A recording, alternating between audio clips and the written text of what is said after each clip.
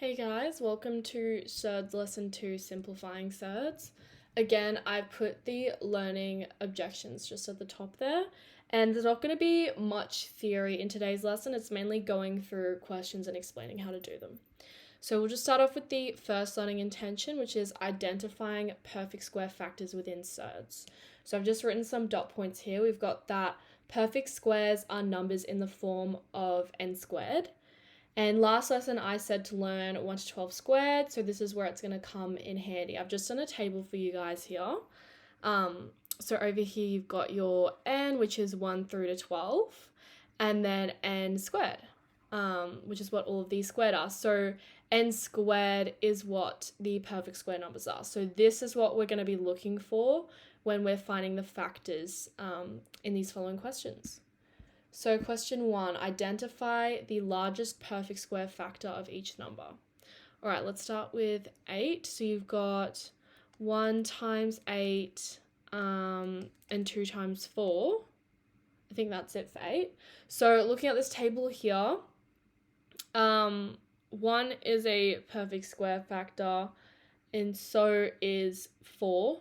We're not going to do 1 times 8 because it's saying largest perfect square factor, and 4 is larger than 1. So in this case, the largest perfect square factor is 4.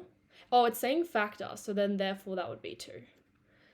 So if, for example, it was root 8, that is the same as 2 times 4, which is the same as root 2 times root 4, which is essentially this part here just equals 2.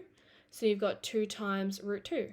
So that is what you would write that as. And this is why we're focusing on the largest perfect square factor, because if you used 1, it would just be root 8, which isn't the simplest form. So let's do 12. 1 times 12, obviously, and 2 times 6.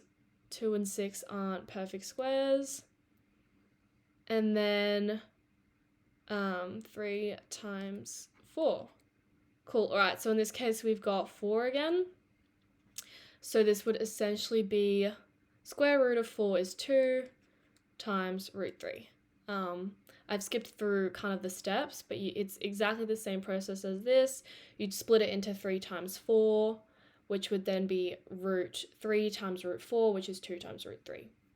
And that's if it had the root in front of it. I'm just taking the extra step so that the next questions are kind of easier.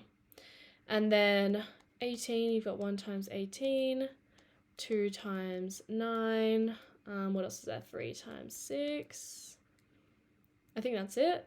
In this case, 9 is the largest one. 3 and 6 aren't perfect squares. 18 is not a perfect square. And it's never going to be 1. I mean, it could be, but that means it would have no other factors. So we pretty much just ignore 1 for now. So you're looking for these ones here. So we've got 9. So this would essentially be 2 times 9. So you're going to have the 2, and then whatever the square root of 9 is going to be out the front, which would be 3. So that is what root of 18 equals when it's simplified. And then 50, 1 times 50, 5 times 10, 2 times 25. I'm not sure if there's more factors. I don't think so. But as you can see, 25, we've got 25 here, which is just up here on the table. That's a pretty large perfect square factor. So I don't think we're going to find anything bigger than that. So we would split this into root 2 times 25, which is root 2 times root of 25, which is 5. So then it's 5 root 2. And that would be the simplest form of the square root of 50. So this is why we're looking at these perfect square factors, to be able to simplify surds a lot easier. Cool. So now this is what we're going to be doing here, simplifying surds, simplifying square roots into simplest form, which is what I did here. We were just supposed to look for the largest factor, which we did. I just went the extra step so that you can have a bit more practice. If you want, you can pause this and attempt these yourself. But yeah, I've just written here, we're just going to be applying our knowledge from part 1. So root 8 Oh, wait, I actually did all these right here. Sorry, guys, I lied. Okay, well, that's fine then. I just did 2 steps in one. Hopefully that's not too confusing, but I'll just write the answers quickly. 2 root 2, 2 root 3, 3 root 2, and then 5 root 2.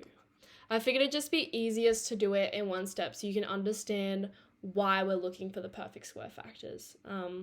Yeah, so that's basically what I would do. I would write out all the factors of whatever number is within the root and then look for any perfect square numbers and then kind of expand that out, square them, and then put them back together.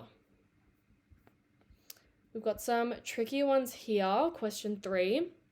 So again, I'm just going to follow that exact process I was saying. So you got 1 times 72. This one's going to be a little bit trickier because it's a larger number. Do 2 times, what would half of that be? 35, 36.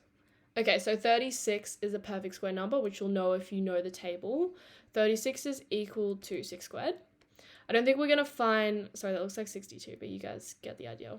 I don't think we're going to find a larger perfect square than that. So I'm just going to go ahead and write it as, I'll write it over here. Let me just change to white. So root 72 equals root 2 times 36. This is personally how I would lay out my workings, like in an exam. Don't know how many of these steps are actually necessary. You could probably get away with not doing this step and just writing it as this. Is totally up to you. Once you get the hang of it, it's very, very easy. It's just tricky to like get used to identifying the perfect squares. Okay, so then 98, 1 times 98. Again, these ones are a bit more hard to pull apart the factors, but I just start from 1 and work my way up. Because it ends in 8, we know it's going to be divisible by 2. So half of 90 is 45, 40. Okay, it's going to be 49. 2 times 49. Now, again, 49 is a perfect square. It's equal to 7 squared. So we'll just do the same steps we did over here. And that is going to bring us to, I'm just going to write it like this. 49, which equals 7 root 2. Cool, so those are the simplified versions of these two surds. Now we'll move on to part 3, simplifying them with numerical coefficients. With this, it's basically the exact same as the past questions. You've just got obviously a little coefficient out here. It doesn't really change anything. So if I were you, I would just pretend it's not there at first. I'm just going to write that there so I remember that it was a 3 because I really crossed that out. So we'll just do root 8 first. We know we got 1 times 8. I know we've already done this, but I'll just, for the sake of repetition, 2 times 4. Cool, 4 is a perfect square. So that means we can simplify it. So we're going to have root 2 times root 4, which equals 2 times root 2. And now that we've got this done, we're going to bring in that 3. So it's 3 times root 8. So that means that this right here is just multiplied by 3. So then you're going to get 6 times root 2. So that's all you do with the coefficients. You just bring them in kind of at the end and multiply whatever else is out the front. So 2 times the root of 18. From past examples, we know 18 simplified is going to be 3 root 2 because that's going to, if you take that back into the root, it's going to be 9, and 2 times 9 is 18. So we've got that. Now you bring in this 2. So this times 2 equals 6 root 2 again. And then 5 root 20. Okay. Root 20, we haven't done that yet, I don't think. 1 times 20, 2 times 10, 4 times 5. Okay, bingo. We've got our perfect square number there. So it's going to be 2 times root 5, which I'll just explain just in case I'm going too fast. You've got root 20 equals root 4 times 5. which equals root 5 times root 4. Hopefully you can still see the red. Which is just 2 root 5. That's how I got that. And then you've got the 5 here that we haven't brought in yet. So I'm just going to bring that in now. 2 times 5 is 10. So I'll just write it like 5 times 2 root 5 equals 10 root 5. So that is your answer for this one. Okay, and last and not least, we've got just recognizing some common errors. So these 3 questions here, which I'll go through now. So question 5, a student simplifies root 12 as 6 times 2. A, is this factorization useful for simplification? So neither 6 nor 2 are perfect square numbers. So no, it's not useful for simplification. And explain why this does not lead to a simplified surd. It's because neither of them are perfect square numbers. So we can't split them up and square root one of them and then add them together and simplify it.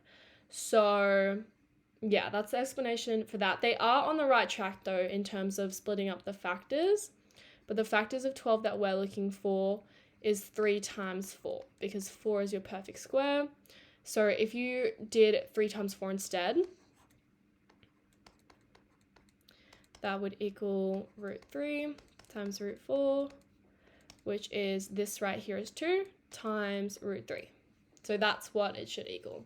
Yeah, cool. And then question 6, which of the following statements are incorrect? I'll go through each of them even though it's only looking for one incorrect statement.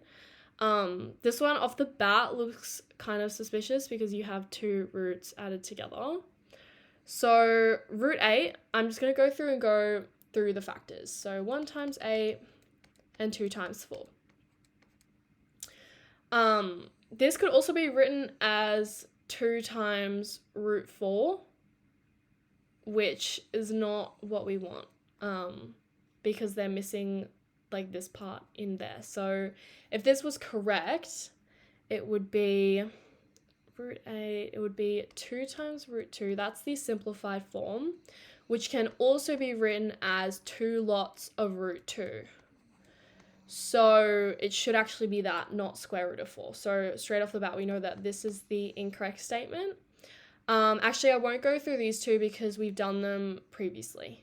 But if you want, you can have a little go at breaking apart into the factors and just checking that you get this answer when you simplify both of these. And then last but not least, question 7, simplify the following expression fully. Okay, I did actually have to brush up on my root knowledge for this because some of the rules can be a bit hard to remember. So let's start with root 32. 1 times 32, 2 times 16. Okay, right off the bat, 16 is a perfect square. And it's kind of large, so I'm just going to stick with that. So we do root 16 times root 2, which equals 4 times root 2.